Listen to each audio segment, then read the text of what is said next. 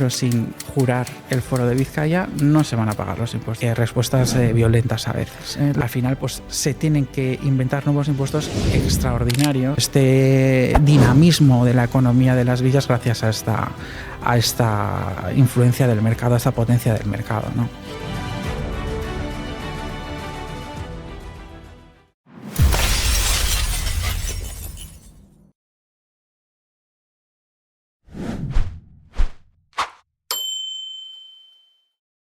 Egunon, me llamo Imanol Vitores Casado y soy profesor de la Universidad del País Vasco, Euskal Herriko Unibertsitatea, en el área de Historia Medieval, Moderna y de América. ¿Cómo funcionaba el impuesto en Vizcaya a raíz de lo que sobre ello se recoge en el Fuero Nuevo de 1526? Mila bostehun eta hogeita seiko foruan agertzen zaizkigun zergen inguruko erreferentzia edo artikuluak pixka bat eramaten gaituzte beste iraganeko momentu batera. Bai, erdi aroko bukaerako 14. Mendeko testu ingurua, bai, mende hauetan sortzen ari diren zerga ezberdinen inguruko aipamena litzateke, bai. 1526 urteko foru horretan, zein 15. Mendeetan topatzen ditugun beste erreferentzietan, bada oso zehaztuta zer jaso behar dan, nola jaso behar dan, eta zer zeintzuk izango diran jasoko ez diren beste zerga batzuk.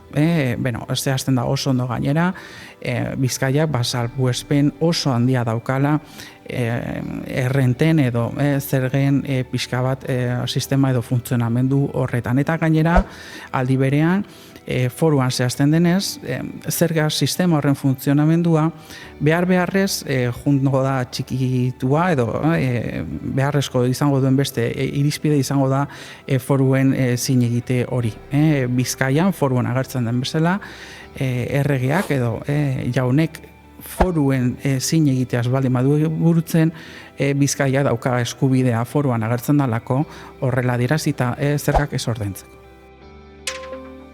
¿Cuáles son, por tanto, los ámbitos en los que recaían estos impuestos especiales, cómo y cuándo?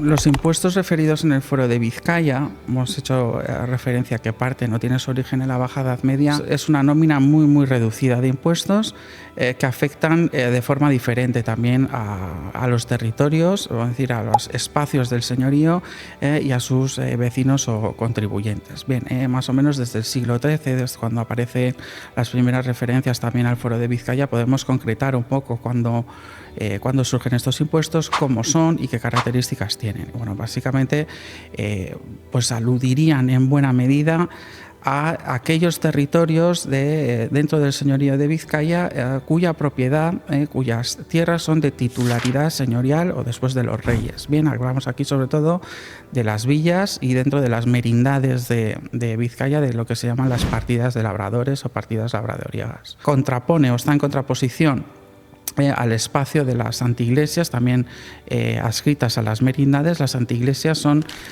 territorios o tierras que son parte del señorío de Vizcaya, pero en cuyo origen la propiedad de ese territorio, de esas tierras, no son de los señores, sino de los hidalgos o de los vecinos. Bien, en función a esa distinción de la propiedad de la tierra, los vecinos de las partidas labradoriegas, los labradores y los vecinos de las villas deben satisfacer un pedido que es en origen un impuesto personal que luego se transforma en un impuesto directo a satisfacer por localidad. Esto atiende o tiene que tener como base o decir como principio un poco la importancia demográfica. El segundo capítulo muy importante también, sobre todo en el siglo XIII, en el siglo XIV, es el impuesto que grava las ferrerías. Este sí que afecta a todo el señorío en su conjunto, sean antiiglesias o sean villas y partidas de labradores. Bueno, existen unos puntos de fiscalización o del cobro del impuesto, que es la rentería, bien, donde todo el hierro producido en Vizcaya debe almacenarse en estos almacenes. Se trata en este caso de un impuesto que grava cuantitativamente cada quintal de hierro. por cada quintal de hierro X dinero. Bien, es necesario que se pague este impuesto para poder legalmente vender este producto. Pasamos al tercero de los impuestos, en las villas también. En menor medida también en las antiiglesias, pero sobre todo en las villas, existen unas pequeñas aduanas a recaudar por los prebostes, que vendrían a ser un poco como los ejecutores o policías de las villas. Bien, pues tienen también una característica, una atribución, que es la recaudación del impuesto de la aduana, de la prebostad o prebostazgo. Pasamos finalmente al impuesto de los diezmos eclesiásticos, que este es porcentual, el diezmo junto con las primicias. Es un impuesto teóricamente en origen debido a la Iglesia, a las instituciones eclesiásticas, pero que en el señorío de Vizcaya, como ocurre también en los territorios vascos, pues los reyes se lo apropian para, junto con algunos señores, también propietarios de iglesias propias, pues gestionarlo y recaudarlo en su beneficio. Se incluye en ese ordenamiento foral. Tiene que ver muy mucho con el funcionamiento de estos impuestos y la forma de recaudación. Hay varios elementos interesantes sobre el funcionamiento del impuesto y la forma de recaudarse. Bien, estos impuestos están tasados. Por un lado, existe una especie de cupo. Pues se va a pagar más cuantía que esta, y además la recaudación del impuesto por prescripción foral, vamos a decir, por lo que se incluye dentro del articulado foral. El funcionamiento del impuesto depende necesariamente de la jura de los fueros por parte de los señores. Es decir, si no se juran los fueros de Vizcaya, los vizcaínos no pagan legalmente, tienen derecho a no pagar ninguno de los impuestos ordinarios o que todos los años hay que pagar a los señores o a la Real Hacienda. Bien, así como el funcionamiento de la recaudación ordinaria, la recaudación y gestión de los impuestos en Vizcaya dependía de la jura de los fueros, también en el fuero de Vizcaya aparece muy bien reseñado todos aquellos impuestos sobre los que Vizcaya en principio había ganado su exención o había defendido su exención a lo largo de la Baja Edad Media. En buena medida, podríamos decir, haciendo un gran salto en el tiempo, que prácticamente en el antiguo régimen, desde la Baja Edad Media hasta el siglo XIX, podríamos decir que Vizcaya se ha convertido por esta manera, por esta vía, incluyendo estas exenciones en el articulado del fuero, se ha convertido casi en un paraíso fiscal, donde buena parte de los impuestos ordinarios que se cobran también en la vecina Guipúzcoa o en la vecina Cantabria, pues no tienen su operatividad, no funcionan. ¿Hubo señores o reyes que no juraron los fueros? ¿Qué consecuencias tuvo? Esta dinámica ocurre muy mucho, sobre todo en los siglos XIII, en los siglos XIV, en la época de Sancho IV. Tenemos referencias a Alfonso XI, tenemos referencias previamente a que no se han jurado los fueros en contextos por ejemplo, de conquista o de apropiación territorial. Otros casos en los que, por cuestiones diversas, por retrasos, los monarcas pues no llegan a presentarse a su debido tiempo en Vizcaya, y después de coronarse como reyes de Castilla, pues como ponían el fuero sin jurar el fuero de Vizcaya, no se van a pagar los impuestos. Bueno, esto trajo en algunos momentos consecuencias a veces bastante dramáticas en Vizcaya. Tenemos que tener en cuenta que el 80% de la recaudación de la hacienda se dirige para la financiación de la guerra.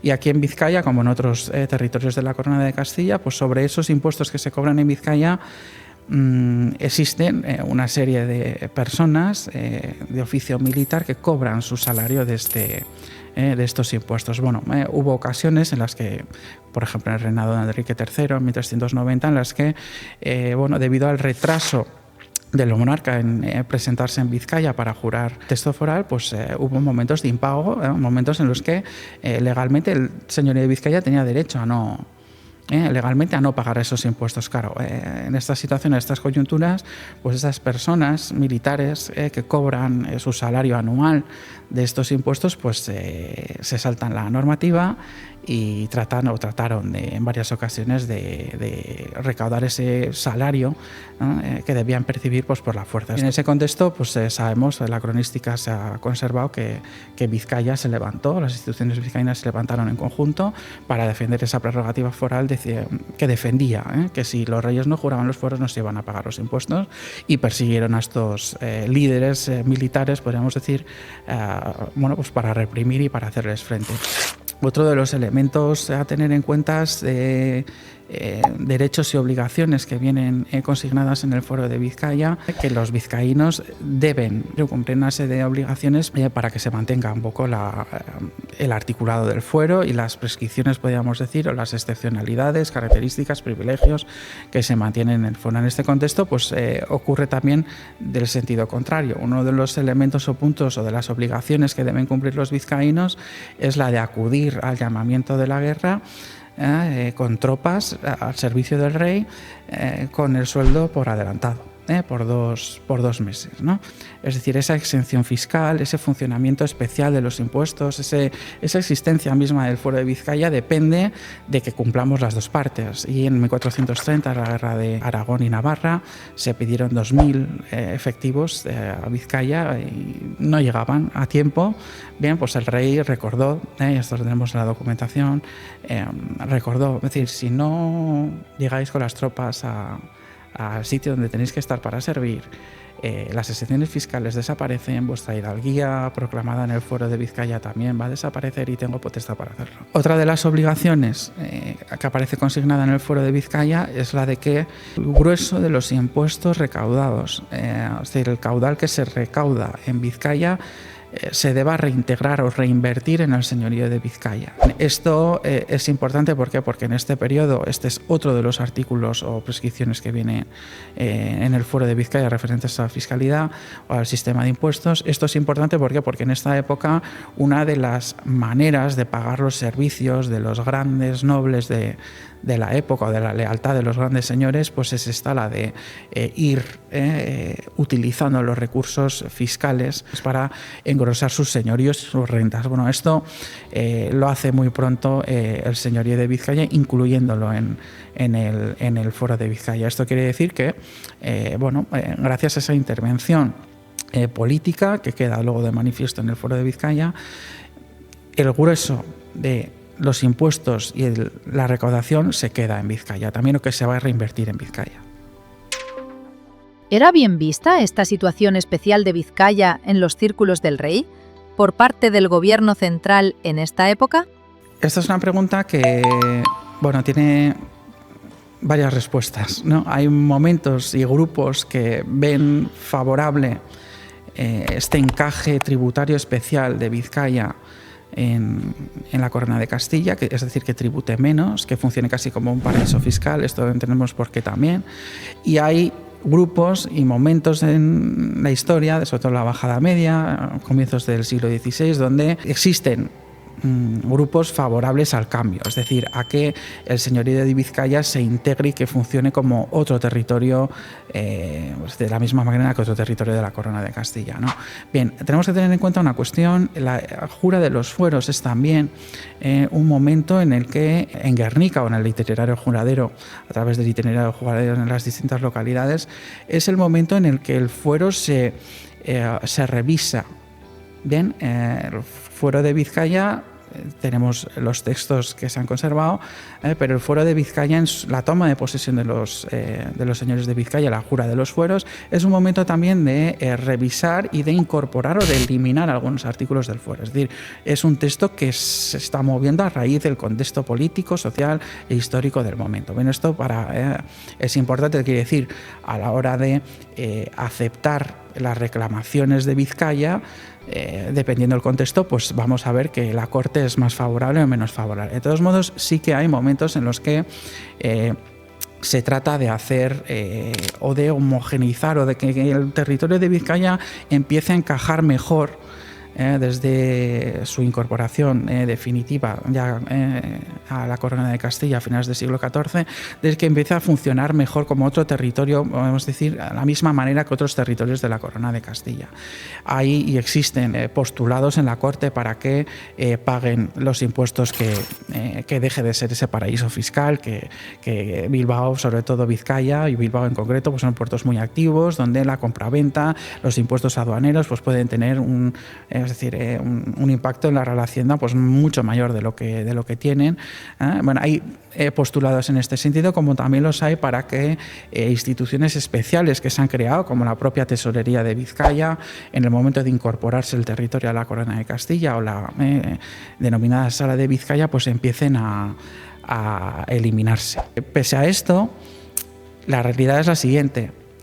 Los postulados que defienden los vizcaínos en su fuero de Vizcaya mantienen en buena medida porque en la Corte y los reyes de Castilla tienen muy en cuenta sobre todo dos elementos. Se hace mucha referencia a esto, es la trascendencia de los servicios militares, sobre todo marítimos, que prestan los vizcaínos en la guerra, ¿no? Los servicios militares.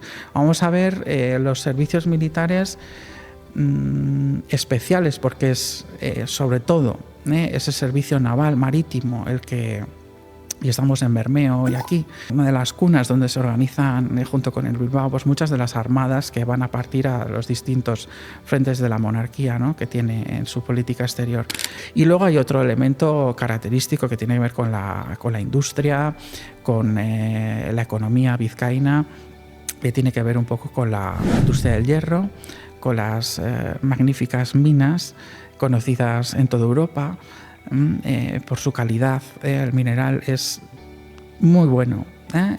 Es el mineral que reclaman y que compran en buena parte de Europa para hacer, a menos en estos siglos de la Baja Edad Media, para hacer las armas, para construir enseres, para hacer herramientas. Y este es otro de los elementos que se tiene muy, muy en cuenta.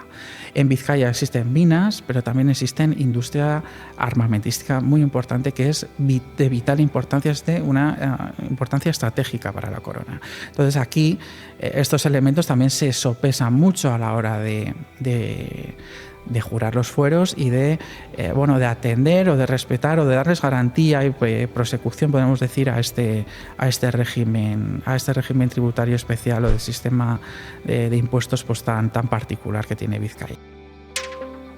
¿Qué impacto tuvo en Vizcaya la regulación de los impuestos a través del fuero? Otra de las realidades que daría pareja esa intervención política a través del fuero para garantizar ese amplio régimen de exención fiscal y además mantener la recaudación y las capacidades que el dinero de la recaudación puede generar, además, como también se queda fijado en el fuero, para reinvertirlo en Vizcaya. Bien, este es uno de los problemas o de las consecuencias, podemos decir, menos favorables de este régimen tributario tan amplio, tan beneficioso que gozaba Vizcaya. Hemos hecho referencia o alusión a esto, a que quitando las pequeñas aduanas de los prebostes de las villas, que era el 3% de importación y exportación, el resto de las contribuciones que debían pagar los vizcaínos estaban encabezadas, que es la palabra técnica de la época, es decir, estaban tasadas, era una tasación fija en moneda. Bien, ¿esto qué quiere decir? Que todos los años hay que pagar X dinero.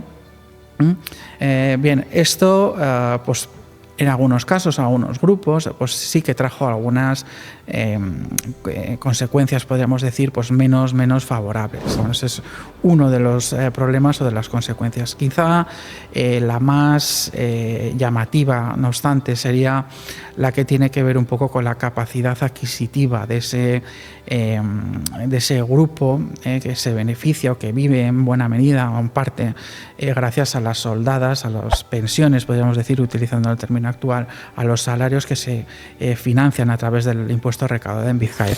Los reyes de Castilla han implementado una muy agresiva política de devaluación monetaria. Esto lo que conlleva como consecuencia es un alza generalizado de los precios y los impuestos no se están revalorizando en función un poco de la dinámica de los precios o de la realidad económica del momento. Bien, en este contexto pues sabemos que sobre todo son estos militares que cobran las pensiones, están viéndose muy desfavorecidos, denunciando pues que sufren una pérdida adquisitiva muy notoria en sus salarios. Bien, en este contexto pues también debemos un poco vincular las luchas de las parcialidades de Óñez y Gamboa a esta problemática, que un poco en términos actuales sería un poco, salvando muchísimo las distancias y las personas, pues sería un poco esto que vemos hoy en día a los jubilados pues que salen a manifestarse diciendo que no se está tomando en cuenta la subida de los precios del IPC para fijar las pensiones que deben de cobrar. Pues esto es más o menos lo mismo. Además, con la salvedad un poco además de que en el señorío Vizcaya estas soldadas tendían normalmente a heredarse entre padres a hijos. Y esto es otra de las cuestiones que aparece reflejada también en el Fuero Nuevo de 1526, que esos sueldos militares debían, siempre y cuando el rey así lo considerara, debían quedarse en manos de la misma familia para servir en la guerra. Obviamente, y sobre todo a raíz ya de los últimas décadas de la Baja Edad Media, cuando ya las formas de hacer la guerra se están haciendo más complejas, donde la financiación de ejércitos, de armadas, ya requiere de unos costos más elevados. Esta escasa recaudación de Vizcaya lo que trajo como consecuencia fue otra realidad pues no menos agradable, que fue un poco la generación o la concreción, la creación, podríamos decir, de nuevos impuestos, sobre todo en las villas, junto con los que ya existían, pero también en las antiiglesias, renovadas o redobladas exigencias contributivas para pagar los gastos que a través de esos impuestos pues no...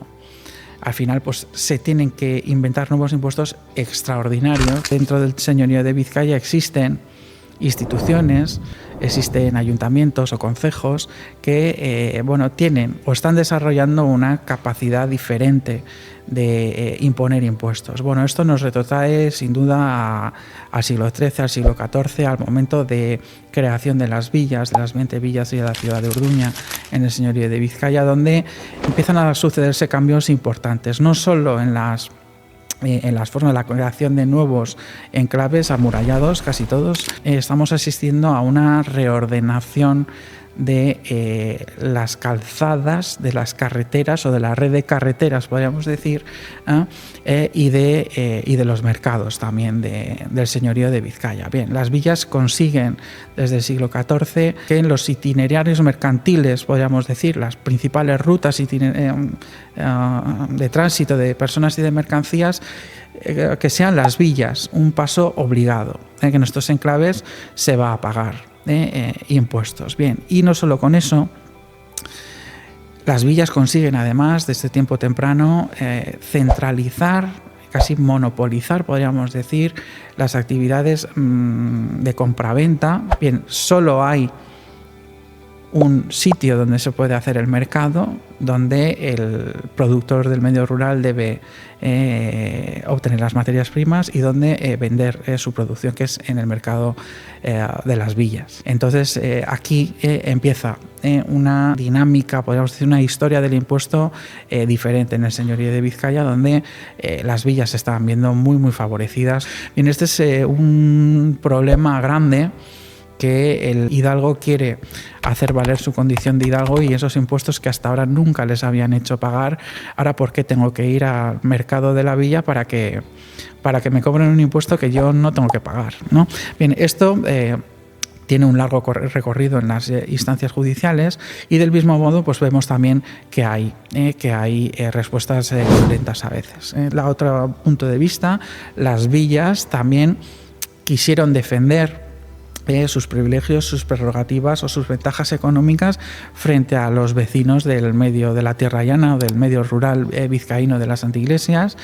Hubo momentos en los que podríamos decir, este monopolio del mercado que tenían las villas, pues que se le quiso hacer frente o que se quiso acabar. Estoy recordando, por ejemplo, ahora en 1499 Baracaldo quiere y empieza a celebrar un mercado, y la villa de Bilbao en su conjunto se levanta para defender el privilegio de que solo en Bilbao, como villa que es, tiene privilegio para hacer, que es derecho, y bueno, pues arrasan, podríamos decir, por la fuerza de, usando la violencia, pues arrasan ese mercado de Barakaldo. ¿Qué consecuencias tuvo en las villas el desarrollo de los mercados? Sin duda alguna, gracias a estas ventajas mercantiles, económicas de las villas y a los nuevos impuestos que van, gracias sobre todo a los permisos y a las licencias de la corona, porque en inicio se dan estos permisos para imponer nuestros nuevos impuestos sobre las compraventas para financiar cosas que tienen que ver con la guerra. Pasa el tiempo y eso al final se convierte en un impuesto para el ayuntamiento. Bien, en ese contexto pues vemos muy favorecidas a las villas. ¿Por qué? Porque gracias a estos recursos financieros pues tienen mucha más capacidad para llevar a cabo pleitos, para gobernar, para defender sus intereses, y también, de otro modo, pues también para progresar. En las villas tenemos ya, a finales del siglo XV, comienzos del siglo XVI, localidades como la de Lekeitio, que tienen su propio médico contratado con sus asistentes gracias al erario del ayuntamiento, del concejo. En este sentido vemos que a lo largo y ancho de Vizcaya, en las villas, pues aparecen obras públicas de muchísima entidad. Estamos en Bermeo, reparación de cais, de puertos, nuevos relojes como en Portugalete, es decir, servicios de limpieza de las calles con sus propios barrenderos. Y en ese gran mercado donde